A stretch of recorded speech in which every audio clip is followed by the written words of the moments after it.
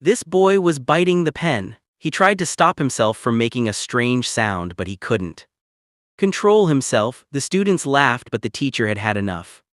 He called him to the podium and scolded him loudly. The teacher didn't believe he couldn't control himself at all. He thought he was deliberately mischievous and asked him to stand on the podium to apologize to all the students.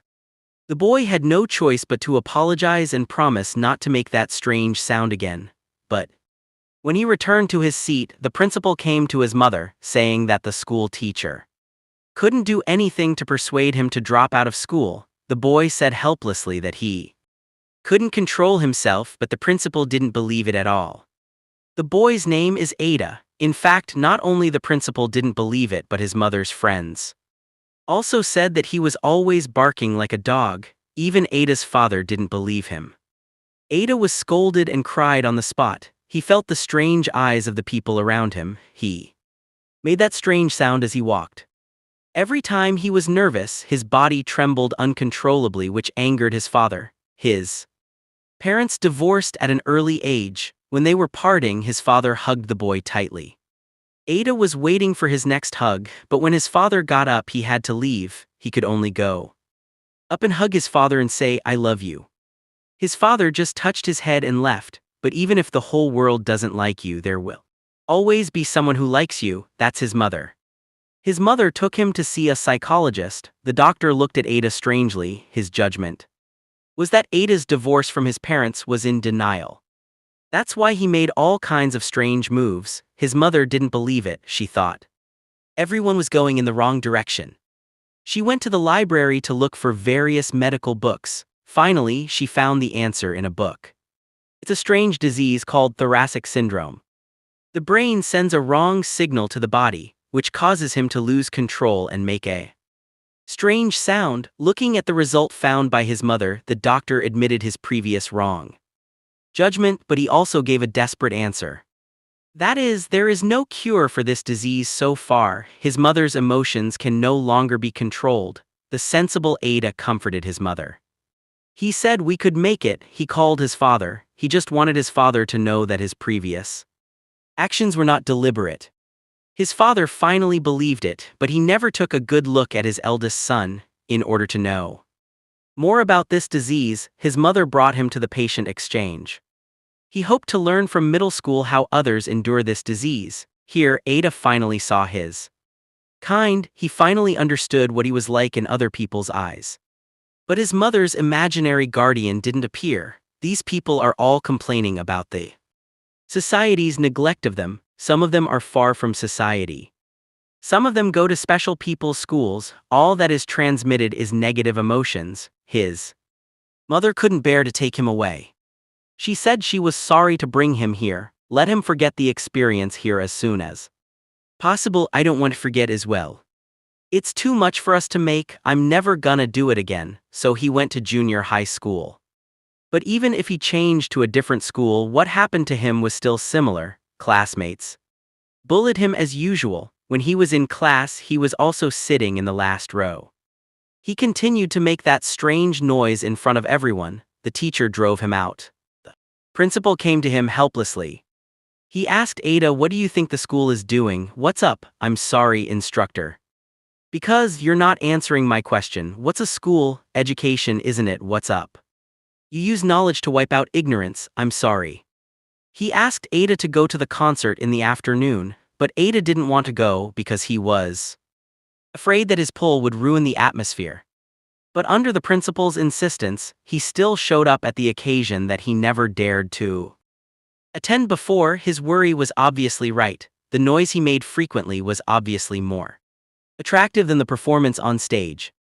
The music ended. The principal stood on the stage and asked if everyone heard some strange sounds just now. Everyone answered yes and looked at Ada. The principal called him on stage and asked a series of questions. "Do you like making noises and upsetting people, Brian?" "No, sir." "Then why do you do it?" "Well, because I have Tourette's syndrome." "What's that?" "It's a thing in my brain that causes me to make weird noises." "But you could control it if you wanted to, right?" No, sir, it's a sickness." "Well, why can't you just get cured?" "There isn't any cure, sir. I don't like making noises anymore." Then you like hearing them, he looked at the principal on stage. The man who helped him open the door of the new world with just a few words and a few minutes of education. From that day on, Ada had a dream. He wanted to be an excellent teacher. He graduated from college with excellent grades. What he had on his face was always sunshine and confidence. He took a list of excellent grades and recommendations and began his interview at school. But in the interview, he still made strange noises involuntarily. The expression on the principal's face showed that he failed the interview, but he didn't give up. He went to the second one without success, but looking at the handsome boy in front of him who always made that kind of strange noise, they all showed strange expressions. Ada explained his illness to them. Although they seemed to be very kind, the result was obvious. His father called him and asked him to go to his own construction site. He thought that compared with being a teacher, it would be more suitable for Ada to work on his own construction site. But Ada insisted that he wanted to be a teacher. The principal who stood on the podium had already pointed out the direction for him. On the day of the interview, when the school couldn't even turn on the air conditioner, the principal's speech attack on his illness completely angered him. Before the interview was over, Ada got up and left with his resume. That was the first time he had such a sense of defeat. He vented his anger in the car. I don't know if at that moment he had ever doubted his choice. His mother called to encourage him. This made him rekindle his fighting spirit. He firmly believed that this was not a matter of right or wrong. He took out the map and marked all the schools he hadn't interviewed in Jiangcheng. Ada believed that he would definitely meet the principal who recognized him. As the number of red flags on the map increased, the opportunities left for him were getting fewer and fewer. The start date was approaching. If he couldn't find a job, his dream of being a teacher would be broken for the time being. Ada's face was haggard. His stepmother found him and said that she hoped he could work for his father. She said that your father loved you very much. He didn't want to see you get hurt. Don't leave me. It's not in spite of your talents. After his stepmother left, he received a call. A school called Shanjing Primary School invited him to an interview. They heard that a guy who always made strange noises was interviewing everywhere. They wanted to know why he wanted to be a teacher. Ada said that a former principal gave him the belief of being a teacher. He wanted to be the kind of teacher that was different from the teachers he had met before. He also told them about his illness without hesitation. Ada was also confident in using his own shortcomings to give students a good education. They talked for more than 2 hours. That was the most successful interview he had ever had. When he left, he saw that the students' classrooms were full of admiration. After the interview with Mr. Erlanjong, he came to the principal's office for the last meeting. The principal said that they had discussed it. Since what we teach students is not to be stopped by any difficulties in life, we should be consistent in our words and deeds. He waved to welcome Brad. At this moment, Ada was overjoyed. All the teachers came to help him set up the classroom to welcome him. His mother couldn't help crying when she heard this good news. Although Ada only received a 1-year contract, he had to use practical actions to prove that their choice was correct. Ada set up the classroom carefully. He opened the door and welcomed the students who rushed to class. The students spoke ill of him as they entered the door, but he didn't care. In the first class, he spoke to the students without hesitation. He asked the students to ask any questions they wanted. The students were curious and raised their hands to ask, will it be infected? Of course not. Is this natural? Will it hurt? Sometimes when the neck is cramped, there will be a little bit, but as long as there is a sound, it's okay. Can you go to the movies? Of course you can. But most of the time you will be kicked out. The little girl asked teacher, will you get better? Does said that there is no medicine that can cure this disease at present, but I have learned to accept it and not let it dominate my life. The teacher can do what ordinary people do. In addition to one thing, the students were curious to ask what that was. Mr. Cohen, you should never play football. I didn't go to see you. After school, the children said goodbye to him. They like Mr. Cohen's class very much. But some of the parents who listened to his strange screams didn't think so. He forced the school to transfer the children from Ada's class, although his children are reluctant when the children were happily learning in Mr. Cohen's class. That child could only stand outside the door and watch. Secretly, there is a little girl who likes this unique teacher very much. She said that she would become less and less because of taking medicine. The child's mother said that she didn't want to tell others. The chemotherapy made her child's hair less, but she couldn't wait to come to your class every day. The mother asked Ada to keep it a secret.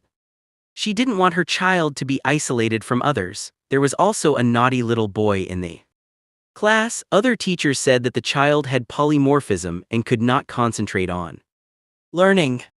They suggested that the parents send him to a special school to study. The boy did always run around in class. Ada seemed to see himself in him.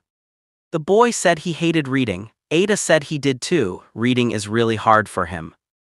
The boy didn't believe it at all. Are you a teacher? Ada asked the child to open the book and let him act as a teacher trying to read. Ada said it was so hard for him to read. And compared to you, it's a piece of cake. The boy just knew that the difficulties in his eyes were not worth mentioning compared to the teacher. Ada said he would never give up on the boy. He accompanied him to read the book slowly. Ada met a girl in his life. In his memory, she was the only one who didn't care about polymorphism. Their hobbies were in line with each other. His mother also liked him very much, but Ada didn't dare to look forward to the future. He was afraid that if the other person heard his voice in the future, what would he do? His mother counseled him. At any moment of his life, the one who was with him was always his mother. So, would the one who accompanied him be that girl in the future? A few weeks later, Ada's least wanted news came. The girl who talked to him left them forever. He was invited to his funeral, but he was just standing outside the church and sad. His mother opened the door and asked him to go in. He said he was afraid that going in would disturb everyone's atmosphere. His mother said that you have made a huge change in your child's life. Please come and say goodbye to him. Ada was sitting in the church and sobbing sadly. The next day in the classroom, the students were excited to see the big car coming from outside. Even if there was a school evaluation, Ada still took the students out to see the big car that they were interested in. The children had a lot of fun on it. New things can always increase the children's cognitive ability. The school took all this seriously and recorded it in the book. The two teachers led Ada to the classroom and said that it might be related to your next year's teaching. All the students and all the second-year teachers went into the classroom. The headmistress announced to everyone that an observer had been evaluating teacher Key N.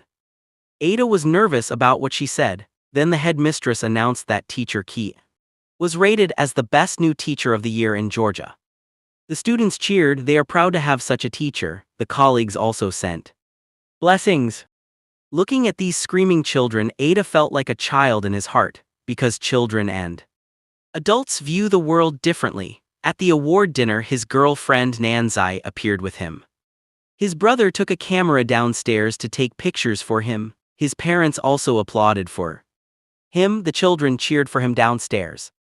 Ada's exciting opening was more than a strange call, but this time no one disliked him. He said that he officially recognized his old partner as his teacher. Maybe everyone is wondering who I can learn from. He said that the students raised their hands and answered the question for him. You know that's not a sound, right? Yes, it is. You know that's not a bang. It's hard for me to control my tears when the story comes to an end. I think back to the moment when everyone was ridiculed and misunderstood. I thank those who have helped me and those who have never given up. Please give yourself a round of applause in your heart. Everyone who works hard is worthy of recognition. Tian Ming called me the first place. Hurry up and appreciate it carefully.